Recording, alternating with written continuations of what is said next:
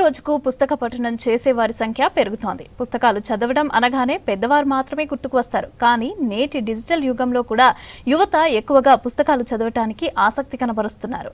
నేటి తరం సాహిత్యాన్ని పట్టించుకోవటం లేదనే వాదనను పటాపంచలు చేస్తున్నారు. మార్కెట్లోకి ఏ కొత్త పుస్తకం వచ్చినా చదివేందుకు ఆసక్తి చూపిస్తున్నారు. పైగా యువ రచయితలు కూడా పెరుగుతున్నారు. అందుకు నిదర్శనమే ప్రతి ఏటా హైదరాబాద్లో జరిగే బుక్ ఫెయిర్.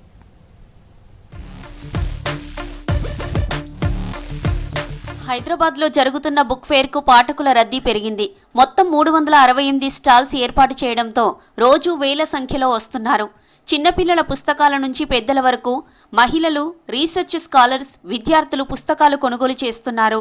వైద్యం, కంప్యూటర్, ఇంజనీరింగ్, ఏఐ, ఎంఐ వంటి సబ్జెక్ట్, సాహిత్యం, కథలు, కవితలు, చరిత్ర, జనరల్ నాలెడ్జ్, దేశంలోని వివిధ ప్రాంతాలకు చెందిన పుస్తకాలు, విదేశీ భాషలకు సంబంధించిన పుస్తకాలు కూడా ఇక్కడ దొరుకుతున్నాయి. అన్ని రకాల పోటీ పరీక్షల పుస్తకాలు అందుబాటులో ఉన్నాయి. సాహిత్య పుస్తకాలు ఉన్న స్టాళ్లలో ఎక్కువ మంది ఉంటున్నారు.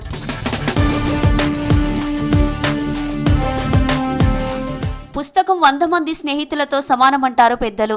డిజిటల్ యుగంలో పుస్తక పఠనంపై యువతలో ఆసక్తి పెరుగుతుంది. బుక్ ఫెయిర్లోని స్టాళ్ల వద్ద సీనియర్ సిటిజన్స్తో పోటీ పడుతూ యంగ్స్టార్స్ కూడా పుస్తకాలు కొనుగోలు చేస్తున్నారు. మార్కుల కోసమో కొలువుల కోసమో కాకుండా తెలియని విషయాలు తెలుసుకోవడం కోసమే పుస్తక పఠనం అలవర్చుకుంటోంది యువత.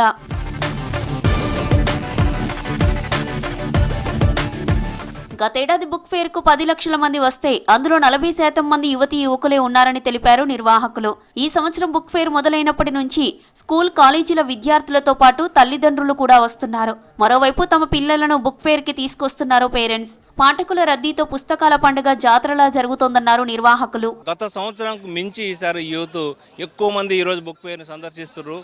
ప్రతి యూత్ ఒట్టినే సరదాగా వచ్చి పోవడానికి రావట్లేదు, పుస్తకాలు కొంటున్నారు. కొంతమంది యువ రచయితలు కూడా వాళ్ళ పుస్తకాలు రాసి ఇక్కడ రిలీజ్ చేసుకుంటున్నారు. ఈరోజు ఈ గ్రౌండ్లో నాకు తెలిసి ఒక 50% ఏవో యూతే ఉంటారు, పెద్దవాళ్ళు కాకుండా. యూత్ పుస్తకాల వైపు మళ్ళారు అని అంటే చాలా సంతోషకరంగా అనిపిస్తుంది. మేము ఏదైతే 38వ బుక్ ఫెయిర్ ఆశిస్తున్నామో ఆ ఆశించిన దాన్ని ఈరోజు వీళ్ళందరినీ చూస్తే మాకు చాలా హ్యాపీగా అనిపిస్తుంది. మా కళ నెరవేరినట్టుగా కనపడుతుంది. డిజిటల్ యుగంలో ఆన్లైన్లోనూ పుస్తకాలు, పత్రికలు చదువుతోంది నేటి తరం. పైగా పుస్తక పఠన ఆసక్తిని పెంచడానికి బుక్ ఫెయిర్స్ ఉపయోగపడతాయన్నారు విద్యార్థులు. 2-3 ఏళ్లుగా బుక్ ఫెయిర్ వస్తున్న వారితో పాటు కొత్తగా వచ్చే వారి సంఖ్య కూడా పెరుగుతోంది. బుక్ ఫెయిర్ టికెట్ల కోసం క్యూ కడుతున్నారు సందర్శకులు. 100 స్టాల్స్ ఒకే దగ్గర ఉండడంతో నచ్చిన పుస్తకాలు కొంటున్నామని తెలిపారు విద్యార్థులు. ఇక్కడ చూస్తే నిజానికి ఒక పుస్తకాల పండుగ వాతావరణం లాగా కనిపిస్తుంది. అంటే ఇక్కడ వచ్చిన ప్రతి ఒక్కరూ మామూలుగా చూసిపోవాలనుకున్నా కానీ ఏదో ఒకటి కొనుక్కోపోవాలి, ఏదో ఒక బుక్ కొనుక్కోపోవాలి అనే ఆ వాతావరణం అనేది ఇక్కడ కనిపిస్తుంది. ప్రతి ఒక్కరూ ఏ స్టాల్స్ అయినా మనకు డిస్కౌంట్ అనేది పెట్టడం జరిగింది. నిజంగా ఇక్కడ తెలంగాణ రాష్ట్రంలో ఉన్న అందరూ చాలామంది రావడం జరిగింది. ఈరోజు మేము 1 గంటలకు వచ్చాం, చాలా రద్దీగా లైనే. 1 అవర్ మాకు టికెట్ లైనే 1 అవర్ దాకా దొరకలేదు. ఈ కార్యక్రమానికి రావడం చాలా ఆనందంగా అనిపిస్తుంది. ఉద్యోగాలను కూడా వదిలిపెట్టి కథలు, కవిత్వం, రచనలు రాస్తూ ఆశ్చర్యపరుస్తున్నారు నేటి తరం యువత. స్టాళ్లలో యువ రచయితలు, కవులు రాసిన పుస్తకాలను వారే విక్రయిస్తున్నారు. రచయితలే పాఠకులకు తమ పుస్తకాల గురించి వివరిస్తున్నారు. పుస్తకాలు రాయడానికి, చదవడానికి ఎంతో మంది స్ఫూర్తిగా నిలిచారని తెలిపారు యువ రచయితలు. మానవ ప్రపంచాన్ని తొలి రోజు నుంచి ముందుకు నడిపించింది ఊహ మాత్రమే. కేవలం టెక్స్ట్ రూపంలో చదివినప్పుడు మాత్రమే మన ఊహ బలపడుతుంది, మన ఊహ అంతకంతకు ముందుకెళ్తుంది. ఖచ్చితంగా పుస్తకం చదవటం మాత్రమే మన ఊహకి మరింత పదును పెరుగుతుంది. పుస్తకాలు రావాలి, కొత్త రచయితలు రావాలి, కొత్త పాఠకులు రావాలి, కొత్త రచయితలు మరింత కొంతమంది పాఠకులను తీసుకొస్తున్నారు. మేము అదే పనిలో ఉన్నాం.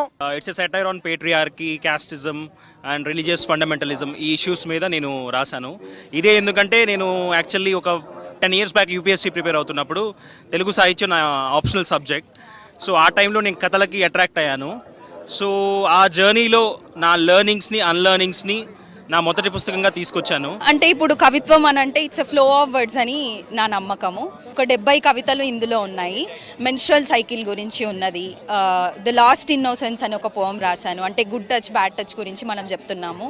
సో పిల్లలు అమాయకంగా, అంటే ఆ ఇన్నోసెన్స్ అనేది యాక్చువల్గా ఉండాలి చైల్డ్హుడ్లో, కానీ అది లేకుండా వాళ్ళకి మనం బయటికి వెళ్ళాలంటే జాగ్రత్తలు చెప్తున్నాము. గుడ్ టచ్ బ్యాడ్ టచ్ గురించి చెప్తున్నాం కదా. సో దాని గురించి పోయం రాశాను. సో నేను రాసిన కవిత్వంకి ప్రత్యేకత ఏంటంటే, కవిత్వం అనగానే భయపడి పారిపోయే వాళ్ళు చాలామంది ఉన్నారు.